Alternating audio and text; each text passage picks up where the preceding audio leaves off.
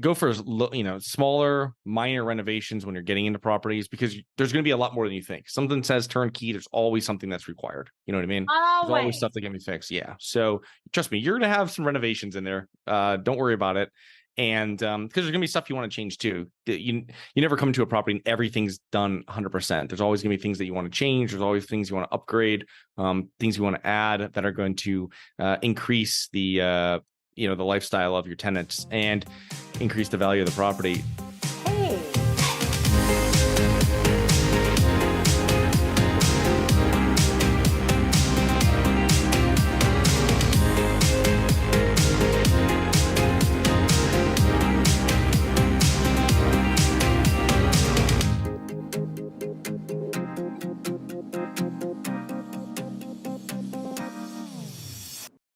Hey, everybody. Welcome to the most wonderful real estate podcast ever. I'm your host, Dwan Twyford. I'm America's most sought after real estate investor. And I am so excited that you are here today for another podcast. Now, as you can see, I have this handsome man I'm getting ready to interview. So that means he's one of my wicked smart men. So is he? Let's interview him and let's find out. So I've got a great guest. I have a great show.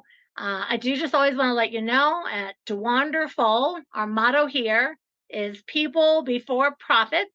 So if that resonates with you, you're at the right place. That's the right time. I'm your girl. He's your guy.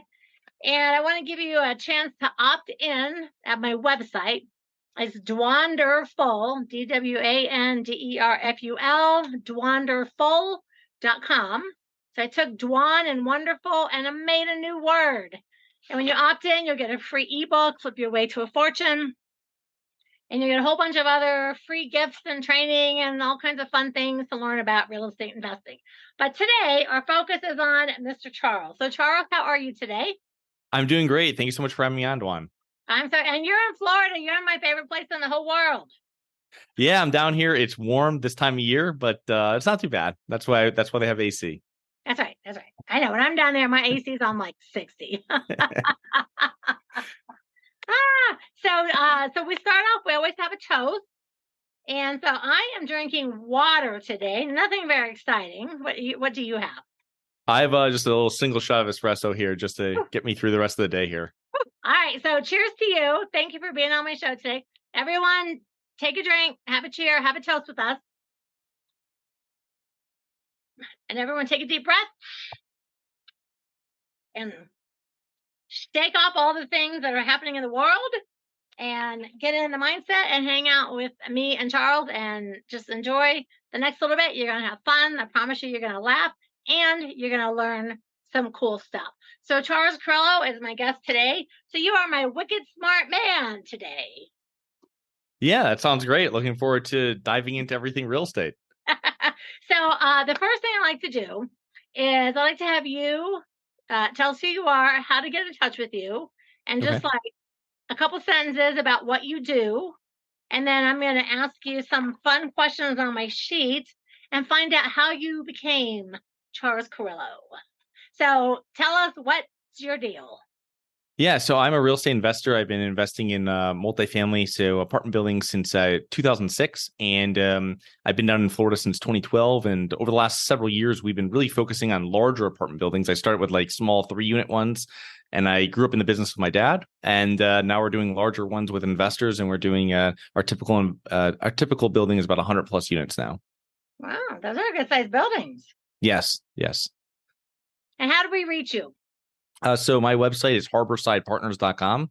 So if you go to harborsidepartners.com, there's information on the podcast. We have a YouTube channel, a lot of free guides, everything like that you can check out. So if you're interested in anything in multifamily investing, give us a shout. I see behind you, it says investwithharborside.com. Yep, that'll send us right there. Yeah, so harborsidepartners.com, same thing with invest. Behind here, hang my website. That's a good idea. So yeah, any of these things go to the same website. So perfectly, join us and kind of look through if you're interested in anything, learning about investing in any type of apartment buildings. I love that. I love apartment buildings. That's not something I didn't do anything like that till, I don't know, I was probably investing 20 or 25 years already before I ever got into multi-unit. And it's like, or multifamily, it's like, I don't know why what I was waiting on. I guess I still didn't know enough about it, and then I started doing that a little bit. It's like, oh man, this is so great. It's a pretty great asset class, and it's funny because when I speak to people, they go single family to multi usually, but not many people go. No one really goes multifamily to single. So you can see that there's so many different benefits there. But I think it's a little intimidating for people getting started with it. So I feel that dealing with smaller properties and single family properties is a lot easier to, for that risk muscle. Now it is, because now that I have some buildings, it's like, I don't want to, I'm not getting rid of any of my single families, but yeah, you're right. It's like, once you get there, you're like, I don't really want to, it's almost like going backwards. Right. But I can see the leap because I don't know, I started investing like 34 years ago, and just in like the last decade, like, I don't know, maybe I didn't know enough or never hear enough people talk about it. I don't even know. And all of a sudden I was like, oh, what is this fresh thing over here? This is amazing. And then now I'm just like, oh, it's great. It's great. So how old are you? I am 39. 39. Just a puppy. And how long have you been investing? I've been started investing in 2006. How long is that? 17 years. Yeah, do the math. I can't talk and be wonderful and do math all at the same time. It's just too much. That's what I'm here for. Well, see, that's awesome. So you got started when you were young, in your 20s. Yeah, year I graduated college. So I graduated college in 06 and started kind of getting involved on a smaller scale with smaller properties. But it's a great learning experience. It really is. I tell everyone I meet that's younger, I'm like, listen, you need to get involved in real estate as early as you can possibly sign a contract. Because when you start young, like you did in your 20s, just by the time you get to your 40s and then 50s and then some days 60s, you'll be like, I am so happy I chose to do this. Yeah, it's a very interesting investment in business, because I look back and people are, you see how your wealth grows, and like it's unlike other pursuits and passions that you have. And not that it's the most important thing, but it's just you look back on, you're like, oh my God, wow, like over so many years, look what's happened. It's such a powerful asset class, and it's great to hear that people are getting involved with it in all different types. Oh, yeah, it really is. So when you were like 13, 14, 15, like where were you living and what were you doing? Like what was preteen, teen, Charles, what was that guy doing?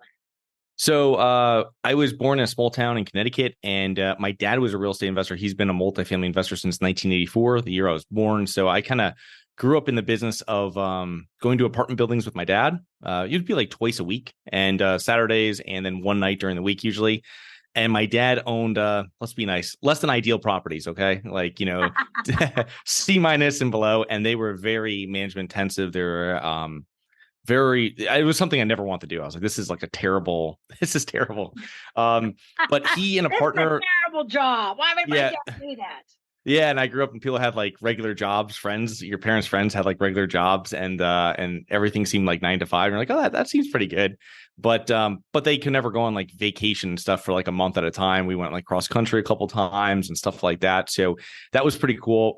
Having that ability. And my dad was never missed a game, anything like that. So you don't really see that as a kid, but you do see it when when you get a little older. You realize that these things, that how important it is to control your time more, right? Which is what I think most people really want, is the freedom. So I spent my when I was younger doing that, obviously going to school and learning the ropes of real estate like that. And I think I got the bug in like high school to do it. And then when I got out of college, my dad really pushed me. They call it like house hacking now, but back then it was just really just buying a multifamily, less than 4 units or less. So you get the FHA financing at 3.5% down, and you can live in one unit and rent out the other two, which was great, because I pretty much, those 2 units, I think those 2 units when they rented out, I was like paying $40 a month for my mortgage. So you and obviously did that when you were like out of high school. Out of college. Yeah, when I graduated college. Lived in one, rented out the others. That is a good idea. So they call that house hacking? Yeah, that's what this term that's come up in the last few years. But it was great. It's just, it's a great way of dipping your toe into the real estate investing business. Yeah, it really is. I have advised so many young people, like young, they're 20s, like, get like a triplex and live in one and rent some, and like, get going, and then and keep going and going, because that's a really great idea as long as you don't mind the neighbors knowing that you're the landlord and they come knocking on your door at midnight My air conditioner went out, my toilet's clogged up. Yeah, there's pros and cons to everything, but that's real estate investing. You know what I mean? So if you're younger, it is what it is. You know what I mean? But I never had that issues too many. But the thing is, it's just easier to manage those because you hear some people that may start later in life and they already have a primary residence, and then it's like, oh man, I got to drive 20 minutes here, got to drive 20 minutes back. Now it's like going downstairs. If you work at home, which I was at the time, people walk. You let a handyman in. They go upstairs. You know what I mean? Like you can do everything. Yeah. You don't even have to move your car. You're really just going to like Home Depot here and there, but. It's a lot of work, but it also kind of gets you into it. And so many people I told in college to do it, and no one ever did. They just bought single family houses. And then we went through 2008. And so they probably weren't able to sell that for many years. Yeah, no, I mean, I didn't do it forever, but now I tell people, hey, that's a good way to start. And, I don't mind being a landlord. I've never had any real major problem with my tenants. I'm, like, here's the deal. Back then I was like, I'm a single mom. You're a single mom. You're on Section 8. You're renting my place. We're both working moms here, and you take care of my place, I'll take care of you. You don't, and trust me, I'll be your biggest nightmare you've ever seen. Yeah. And so I have always loved that part of it, but I do like the other stuff too. So so then you go to college. So you're in Connecticut, you go to college, and what did you go to college for? So where I went to school, they had a degree that was actually entrepreneurship, which is an interesting one to go to college for. So I did that. I was already running like a small business online at the time. So I've been self-employed for many, many years, all through college. So it was something that I went for that. And it was more of like a marketing kind of entrepreneurship degree. And then graduated and really just continued on with my online business and investing part-time at this point, just into real estate. Whenever I had enough money for a down payment, I was buying real estate. So yeah. Gosh, that is so cool. I did not know they had like an actual degree just for entrepreneurship. They do. And it's kind of silly when I look back on it because you're learning from people that, worked in banks, weren't entrepreneurs, but it's interesting. You know what I mean? Like, it was definitely like a passion of mine, but the good thing about that is not really, saying you went to school for entrepreneurship, but you have all these different parts of it. So there's classes that were on accounting, on marketing, on management. So you get more rounded of an experience, but and all stuff that you need. Exactly. Yeah. I mean, I guess if we're going to do it again, I would have gone to major 2 in marketing, because marketing is, if you can sell anything or market anything, you can really do whatever you want. You know what I mean? It's a real powerful degree. No, I know you can. I didn't go to college for any of that stuff. And in hindsight, it's like when I started, I wish I knew more about accounting. Mm-hmm. I knew nothing about accounting. I didn't really understand a lot of the paperwork. Like in the very beginning for me, I had a big learning curve because I went from like working in bars to rehabbing a house. Yeah. There was no jump there. Yeah. There's a lot of accounting with flipping houses. I've done many of those. So much paperwork. Oh my God. Every day there's a new receipt. And you're like, oh my God. I tell people, I said, when I closed my first 2 deals, the first thing I did was I hired an accountant. Oh. Because I was like, there's so much paperwork. I have not a clue what I'm doing. I have just boxes of receipts. I don't even know how to file my taxes. And I was like, oh my God. I remember thinking like, who does this? There's so much freaking paperwork. Like, what is all the paperwork? So that's the first person I hired was an accountant. And then it was like, oh, whew, okay. Now I don't have to do that. Now I can like just enjoy, what I'm doing. Because I felt like it was just really paperwork intensive for me because I didn't understand it. I didn't have a real estate license. I didn't know anything about it. I just knew how to fix stuff up and how to sell it and how to market myself and all that. But I had no idea So that's a really good degree to have all that financial stuff. Yeah, I always tell people like the first thing you do is get a bookkeeper. Like it's the best money I've ever spent. I'm like they don't cost that much, and they take so much. Like you don't want to learn like QuickBooks. Like you're saying the things that you're doing, those are really high level activities, like buying properties, rehabbing properties, selling properties. These are all like where you're making your money. You don't make your money by going through receipts and entering them into QuickBooks. And there's people that love doing that, and they can be done from anywhere. But it's like it's not your best use of time, and it's difficult for people that are just making a little bit of money to do that. But I mean, it's game changer. Oh yeah, it's game changing. And for all you the millennials, 30 years ago, nobody had internet or QuickBooks. So I'm pre-internet, and it was all manual. Ledgers. Yeah. And I was like, ledgers. And I'm like, oh my gosh, there's got to be an easier way. And I was like, there is. I'm going to hire somebody. And then, of course, when QuickBooks came along, I was like, okay, you can use QuickBooks. I'm still hiring somebody. Yeah. I'm still not doing that. Yeah, I do the same thing. Yeah, definitely. And it is. It's like, and I mean, I don't know. I guess, my husband loves the books and the number. Like he just loves all that stuff. And I was like, here you go, honey. You just have at that. You just do that. That sounds like fun. But yeah, not for me. And plus, I wasn't really that great at it. And, clearly, you learn like, what to buy it for, what to sell for, how much money you need, and what did you spend. Like that part's easy, but it's all the stuff that goes with it. It's like, Lord have mercy. And at one point, I did 125 houses one year. And I was like, who can keep up with that? So I think I ended up with a CPA, like at a firm at that point, because I needed like more than just like a bookkeeper. So it's crazy. But I tell people all the time, like, hey, anything in the business, and this is my personal motto. Anything in the business that you really don't like or you're really not good at, or it makes you kind of dread those days, those are things you can hire out. Like I dreaded paperwork, so I hired it out because I liked working on houses. I liked talking to homeowners. I liked having lunch with all the investors. Like I liked all that. I just didn't like this part of it. And then I have like a transaction coordinator because getting to the closing is a whole nother thing. It's like, God, the phone calls back and forth and back and forth. And it's like, who has time for that too? So I hired out all the things I didn't like as I started making money. That's a great way of doing it. I do the same thing I keep a list of stuff I don't like doing, and I still work off that list of like giving more stuff to assistants. You know what I mean? Just like stuff you're just like, things that you don't like doing. I hate putting together a weekly newsletter. I did that for like the first couple of years of our business. And now I just put together a lot of the links, send them off to my guy, and he puts them all together. And I hate editing like audio and video and stuff like that. And I've never even done it. I wouldn't even know how to do it.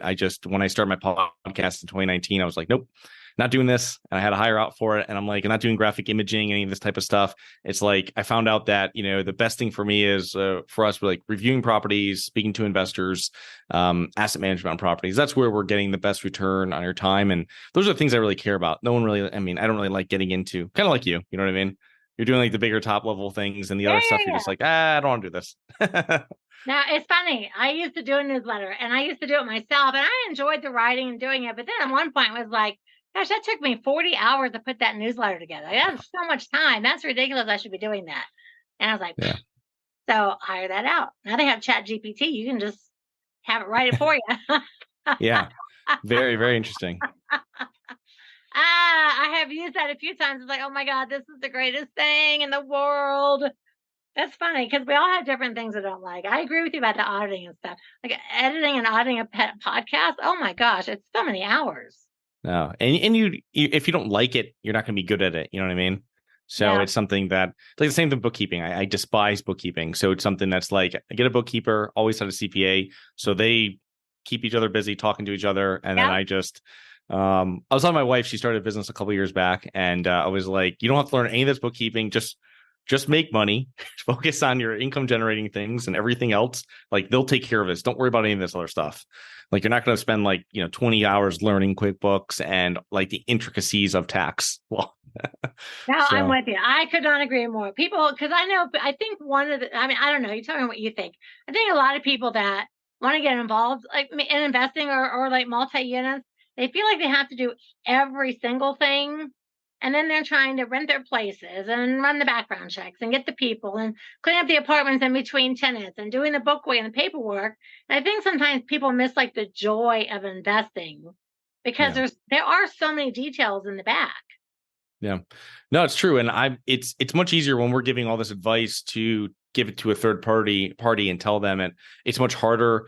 When I was doing it, I was doing everything myself for those first few years. I self-managed my properties for 6 years, and 3 of them I was doing everything. You know what I mean? Not all the repairs and stuff like this, but it was like, renting it, background checks, collecting rent, the whole 9 yards. And my brother assisted with some of the stuff that we own jointly, but it was just, it's a lot of work. And then when I hired a third-party manager, then it's like, oh, now I can like focus on these like higher level things. I'm not worried about like, accounting for money coming in and who owes me money and doing background checks and all that stuff. It's like, you take the application fee, you take care of it.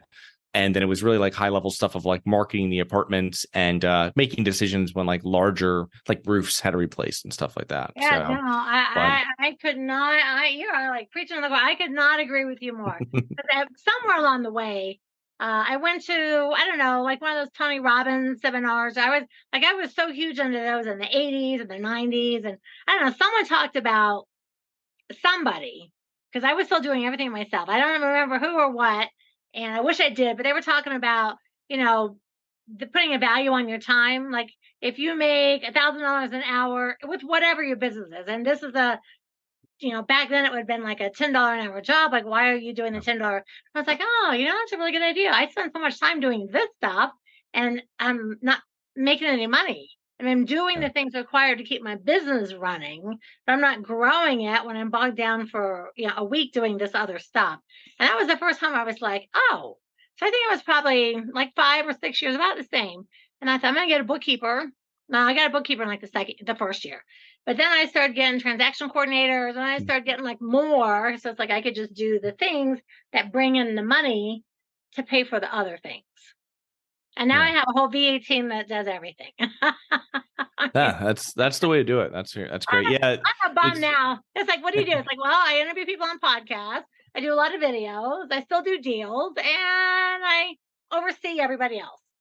Yeah, I tell people to run that same like calculation where whatever you make a year, just divide it by 2,000, you get your hourly rate, and then you realize, you know what I mean, what you're actually worth right currently, and now you can.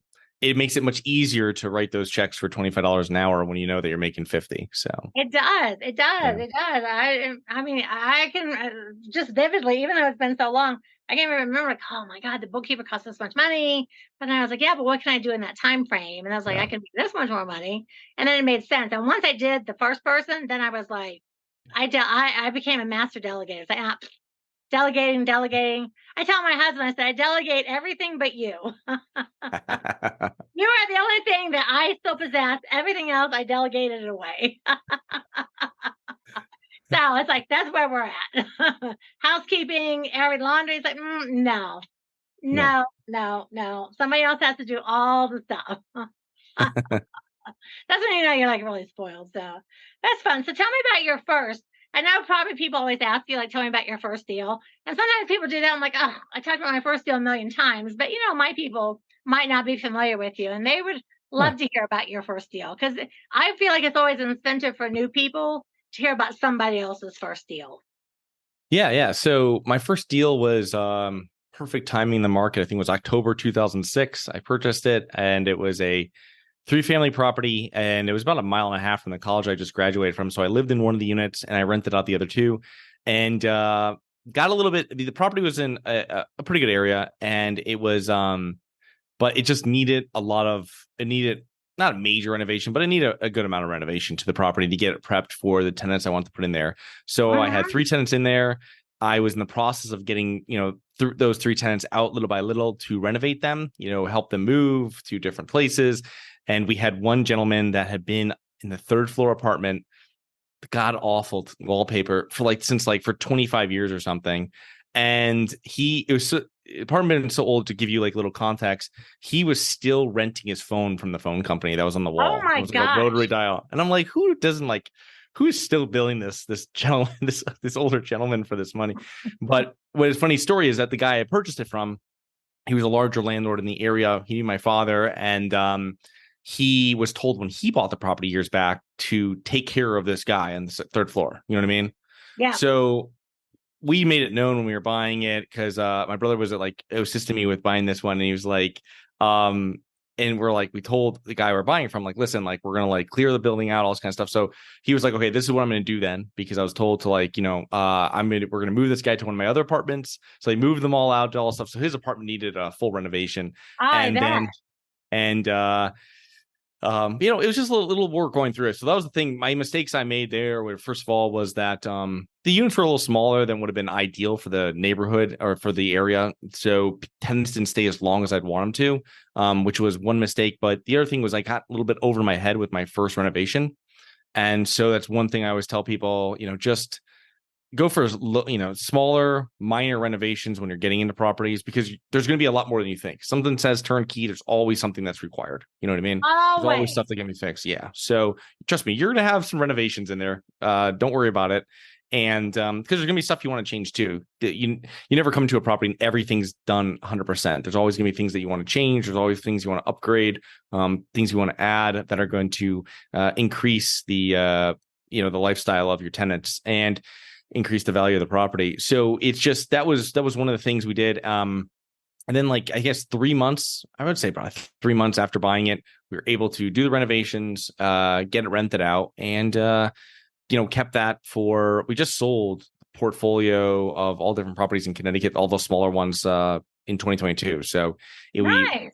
so it was over many years, and it was my property manager was retiring, which was great because it pushed me into selling it at a really good time. And it was a great learning experience. But yeah, the main things there would be it was renting out the thing too is the first year or two we were renting out to friends, which was fine. People are always worried about that, and you just kind of have to put your foot down and have a set guideline of how everything runs, and you can't let people slide. Just like regular tenants that don't even know you. They will push, as you know, they're going to try to push it until you stop them. You know what I mean? And you got to make sure everything's a win-win. And you have to be, just to make sure that everything's fine for both parties. But it's also, you just have to be like, listen, this is what we agreed to. I did my part, and now this is your part. And if that doesn't work, then we can't continue this relationship. But it's that was it. It was, and then 2 years later, I bought another one of those 3 families. It was like a block and a half away, and that was at the end of 2008, which is a completely different time in the market. Went from a really great market. Yeah. Oh my God, that's 2008. It was like, what the hell is all this? Yeah, it was October 1st, 2008. I bought that second property, and it was literally 2 months after like Lehman and like 2 months before Madoff. So it was every time you turn on CNBC or anything, it was just like, this is going bankrupt. Washington Mutual is going bankrupt. And it's like Countrywide is, people don't know what Countrywide was. Like they stopped lending in Florida. They don't. Then they're like, we stopped lending. Countrywide. Yeah.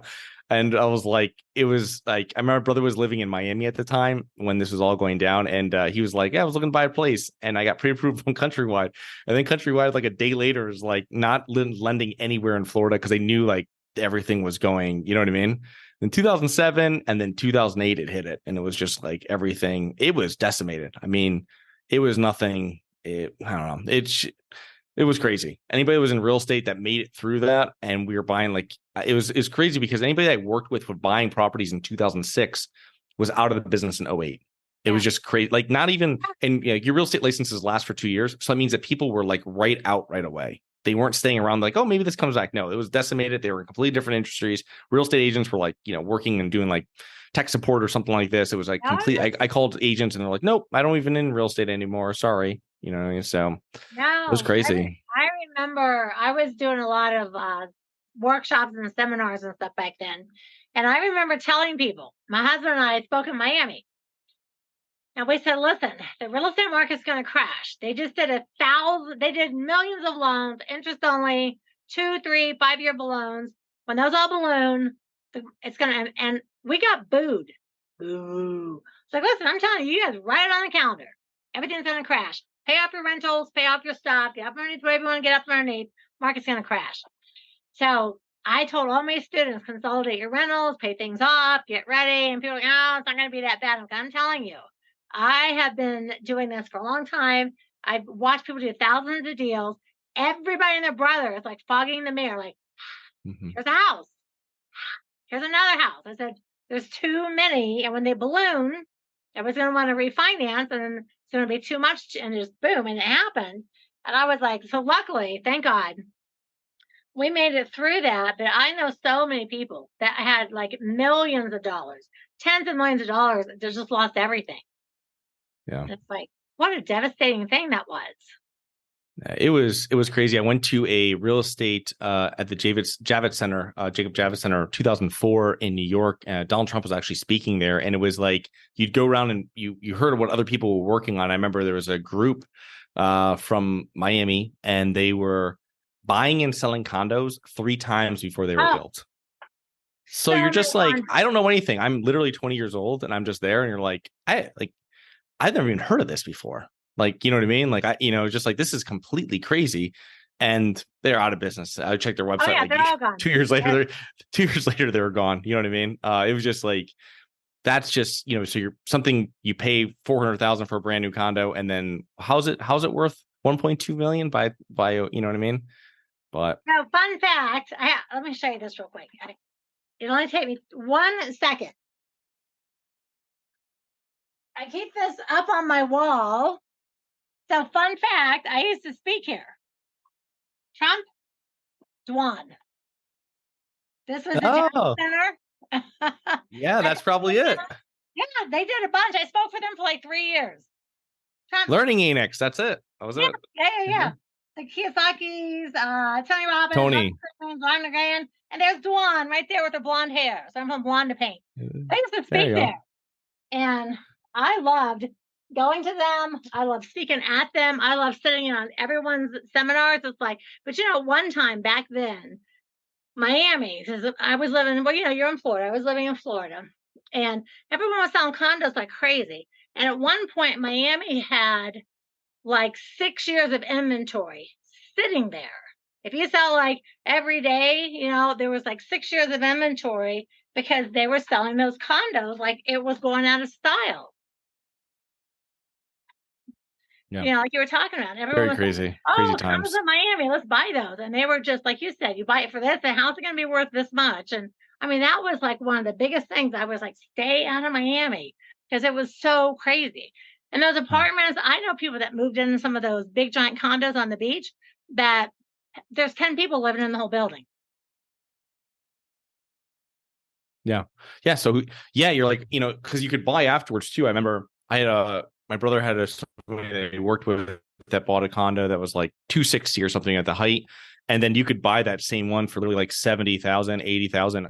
And then you're just look at the HOA. And I was talked to a mortgage broker. It was like at the end of like 08 or 09.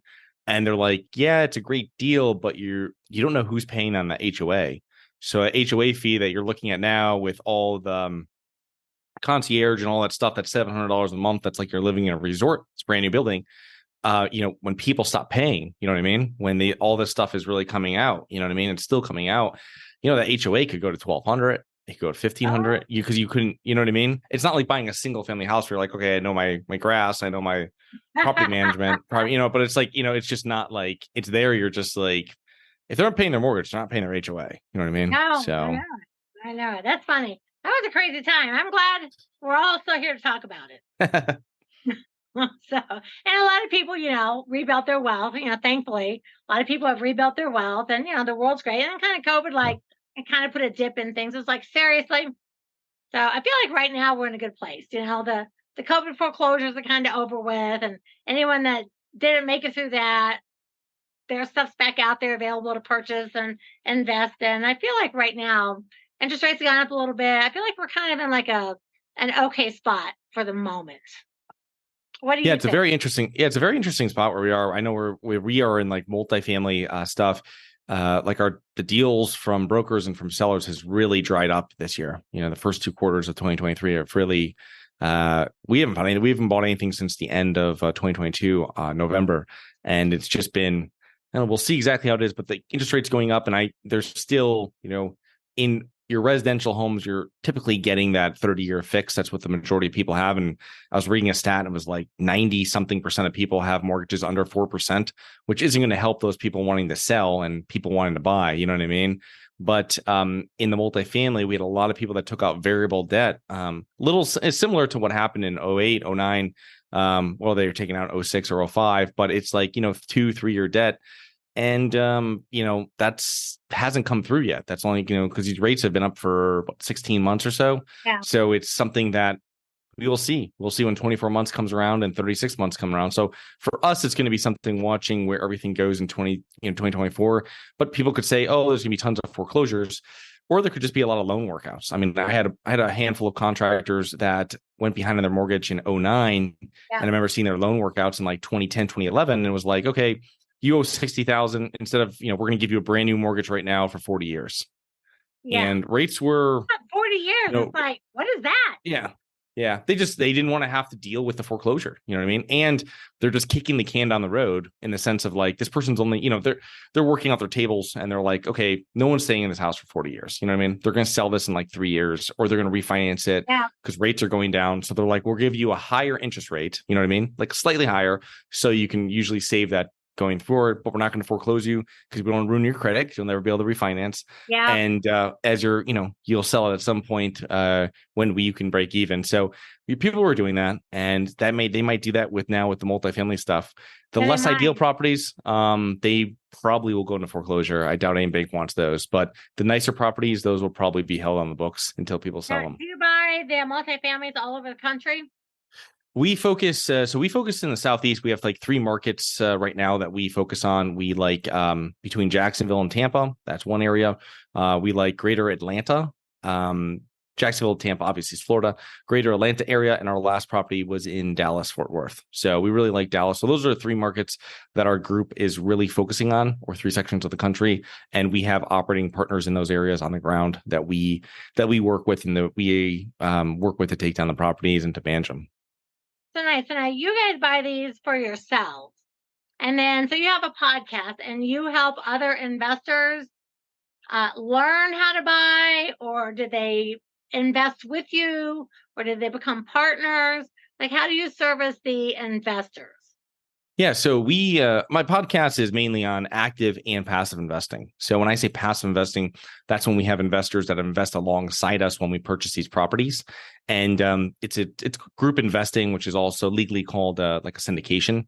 Yeah. And in these type of investments, how they're structured, really high level, is that there's general partners, the operators, the syndicators, the sponsors, whatever you want to call it, which is our company, and then you have the passive investors, the limited partners, the investors in the deal that are literally just putting up the money, and then they're receiving it's usually a quarterly distribution, and then they get the majority of their profit when we sell or refinance. Usually, it's been about 3 years, these deals, but it's probably going forward, it's going to be somewhere closer to 5. Probably, we usually tell investors 5 to 7 years.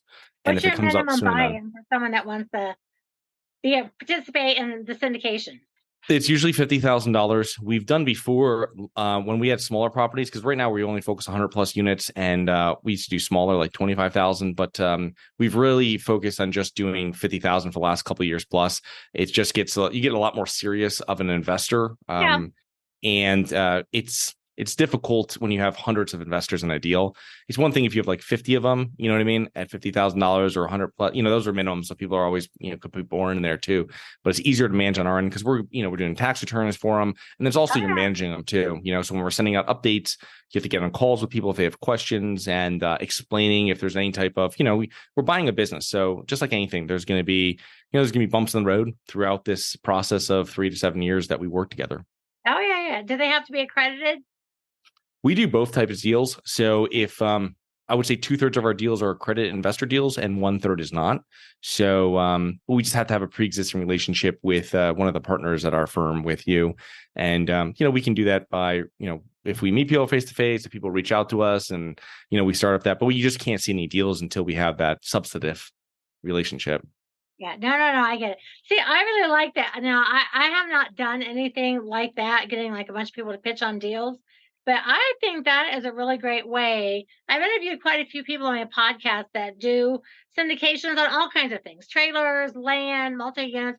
And I think that is a really good way for people, because there are a lot of people sitting on a lot of money. Like my dad's 85. He's sitting on freaking more money than God, but he doesn't want to go do anything, but he still loves real estate. And there are so many people sitting on so much money that want to like dip their toe without committing to being like, I'm an investor running my own business. True. Yeah. They just want to put their money and they want to make money. So I love, and it's weird, as long as I've been doing this, I've only learned about syndications in the last few years. And it's like, what a great thing. Just get a bunch of people like, hey, here's my money. And they just sit back, get their checks, they don't have to do anything for it. And I think I love syndications. Yeah. It's a great business model, and it's gone back, hundreds of years of how that business model has done, and hedge funds use it as well.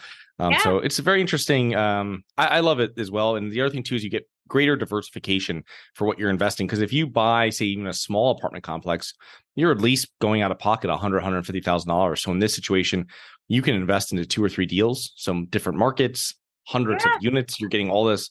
You're really limiting your volatility. And the best thing is you're not dealing with any of the maintenance or any of the asset management that goes with it, which is a huge plus. Yes. No, I agree.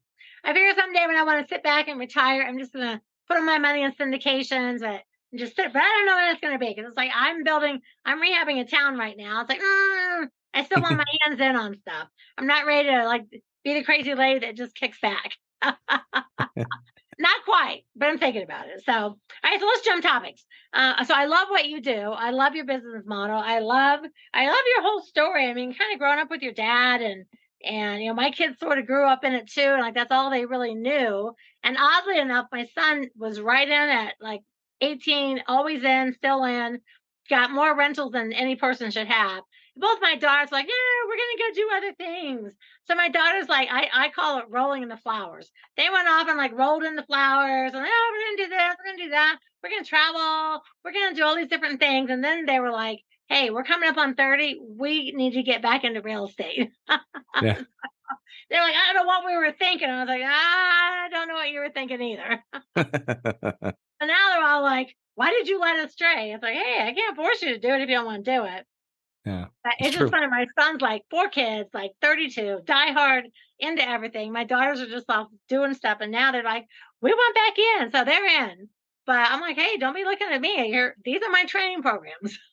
Study them and go do it. You had the chance. And so go figure it out. If you have any questions, call me. That's a great way of doing it. Like, I'll take 10% of your deal to help you with your question. I'm not even joking. It's like, I'm not giving them in. I had to work for everything you're going to work for too. I gave you the knowledge and I worked for everything. So, so tell me, what's your favorite band of all time? We're going to jump topics. Oh man. I would say band of all times. I don't know. I love the Eagles. I don't know. It's a little before my time, but I do love the Eagles. I do too. Eagles was my time. I still love the Eagles. I saw them not long ago. They came to Denver with like Journey and REO Speedwagon and the Eagles really? together. And I was like, oh, I'm in the 70s right now. Everybody's my age. They're all like in their 60s and 70s. Everybody's smoking weed. Everybody's old with gray hair. It's like, what happened to all of us? Nothing's changed other than a little age. Yeah, people are on canes. I was like, oh my God, I'm in the old people concert now. Oh my God. It was so much fun though. I love the Eagles too. All of them. They're all so talented. All of them. There's so many good songs. What's your favorite food? I'm Italian. I love pasta, all different types. So it's whatever, making anything. You know what I mean? All different types of pasta. Yeah, me too. I love pasta. I think I would eat pasta every single solitary day if it didn't like stick to my hips. It is good though. And what's your favorite part of the day? I would say just like after work and you're kind of unwinding and having dinner and just kind of relaxing after that. And I think that's, looking back and preparing for the next day, but also just kind of, you're not doing the phone calls, you're getting a little break there, spending time with my wife, my dog, and just kind of relaxing, you know what I mean, after the day. I love that part. It's great. 90% of the people I ask that question to always say the morning. Oh, I love getting up at 6 a.m. And I was like, why? Who wants to get up at 4 and go work out? I like the evenings too. I like the end of the day. And we're in the mountains, and in the winter it gets dark at 5. And Bill and I light a fire and we have dinner. It's like, this is the best part of the whole day. Why does everyone want to be up at 4 o'clock in the morning? I think you look back, especially if you accomplish something during the day, you know what I move forward and made progress with what I was working on. And that's always it's great to get you in a better spirit than maybe if you went through some hard things during the day. So I agree. I think only 1% of the people stay like that, the early part of the evening and into the day. And I'm like, but that's literally the best time of day. Yeah, definitely. I agree. 100%. Oh, man after my own heart right there. I interviewed someone earlier, like, I love 4 to 6 a.m. I was like, why does everyone say that? I think that's the right answer. That's supposed to be like the right answer of the go-getter. I don't know. I don't know. I think it is too. I've done all the workshops, all the things. Get up in the morning, get your day started, And it's like full plunge at 4:30 a.m. It's like, no. Unless that sun is all the way up in the air for a while, I'm sleeping or reading or whatever. But I am not cold plunging at 4:45 in the morning. I know. I think it's just the thing. Yeah. I think the people that really truly aren't afraid to, like, they have to stick with it will say end of the day, the evening, early evening dinner, like with your spouse. Like, what a great time to just sit and talk and, hey, how was your day? What's going on? What are we doing tonight? Yeah. I don't have to have my phone in my hand or computer on or anything like that. So that's really nice. Yeah, we turn our phones off every night at 6. Phones are off, everything's down. It's like, nope, unless someone is dead and the police knocked on my door to tell me they're dead, I'm not going to find out till the next day. It's like, I tell my kids, if you ever get in trouble after 6, don't call us. You're on your own, man. Leave you out there. Okay, so tell me one more time, how do people reach you?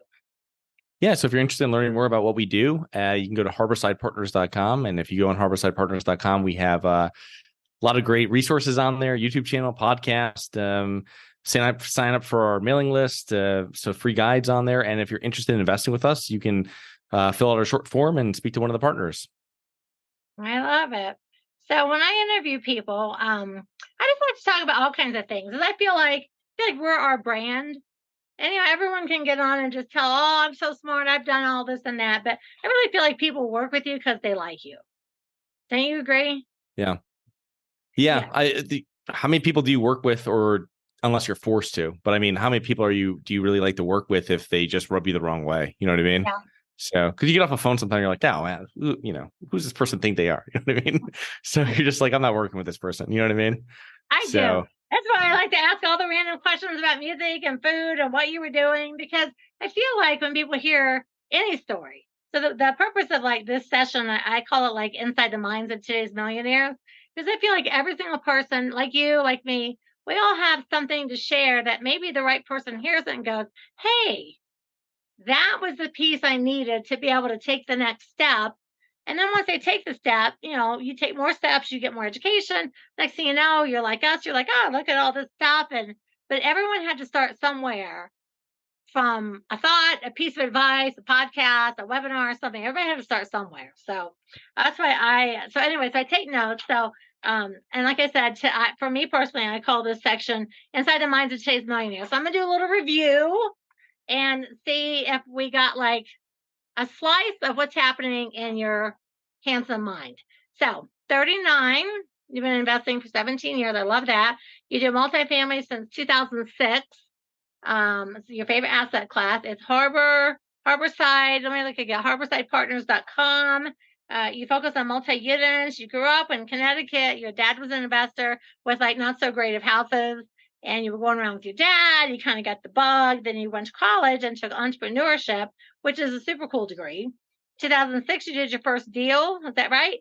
And yes. things you don't like is you don't like doing the weekly newsletter, and you don't like podcast, videos. I totally get that. I hire that out too. All the stuff.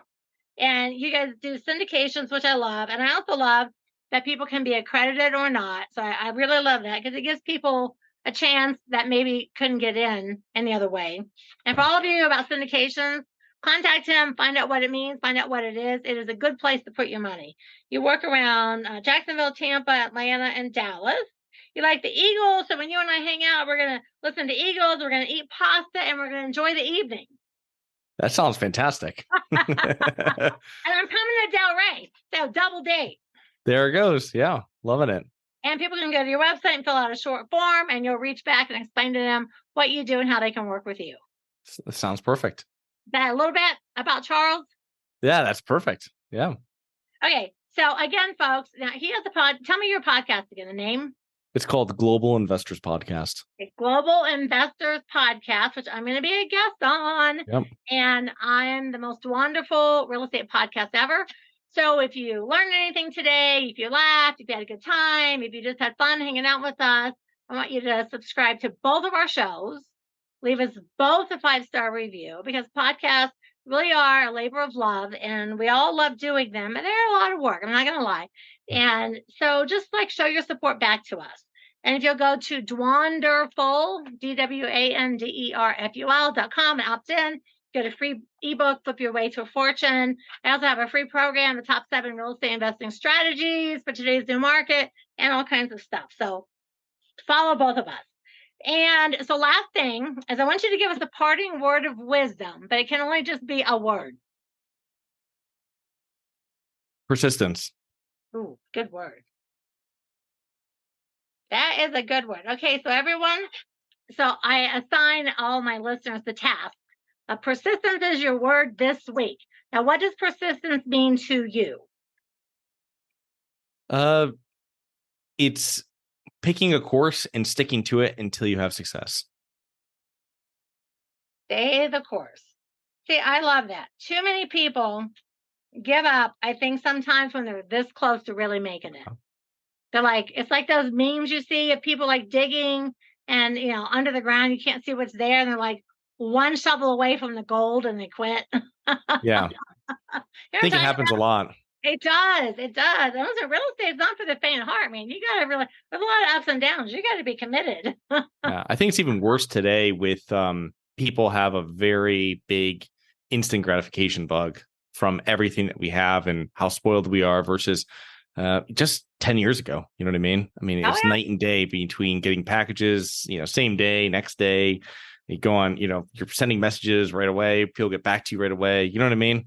Oh, no, I 100%. I heard the little ding on my phone. I was like, oh, I got a message. So I turned all my notifications off because it gives you like a hit of dopamine or something. It's like, no, I can't be doing that. But no. I understand. I came from before, all the internet stuff. So I like instant gratification. But I think in the real life of starting as a real estate investor, you can't start that way because you're not just going to make $1 million tomorrow. No. At least if you are, someone tell me how to do it because I didn't do it in a day. You're not going to do it any way that's going to last in real estate. That's for sure. Amen. All right, so guys, thank you for tuning in. And Charles, thank you so much for being on. You're so fun. I had so much fun with you today. And everybody remember, we'll be back next week. Same bat time, same bat channel. And remember that the truth is in the red letters. Ciao. Bye, everybody. Have a good week. Persistence.